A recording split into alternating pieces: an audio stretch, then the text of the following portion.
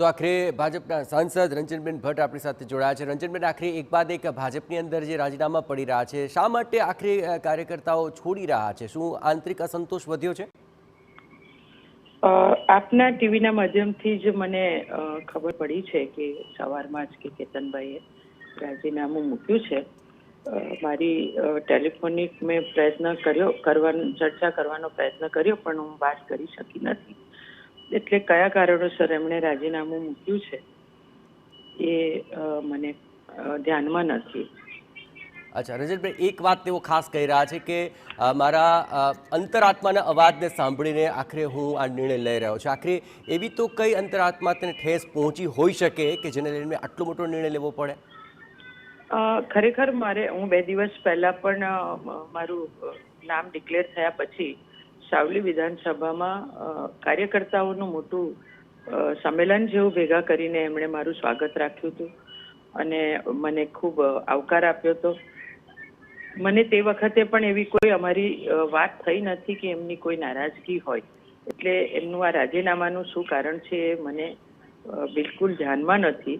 હું સંપર્ક ચોક્કસ કરવાનો પ્રયત્ન કરી રહી છું, પણ મારો સંપર્ક થઈ નથી શકતો। અચ્છા રંજનભાઈ, એક વાત તેઓ સ્પષ્ટપણે કહી રહ્યા છે કે જે રીતે ભાજપમાં ભરતી મેળો ચાલી રહ્યો છે એને લઈને નેતાઓ અને કાર્યકર્તાઓને જોઈએ તેટલું માન સન્માન નથી મળી રહ્યું। શું આ એક કારણ હોઈ શકે આટલું મોટું રાજીનામા જેવા સુધી નિર્ણય લેવા માટે? હું એમની સાથે વાત કરું તો જ મને ખબર પડે। એટલે આની પ્રતિક્રિયાનો જવાબ હું તો કેવી રીતના આપી શકું?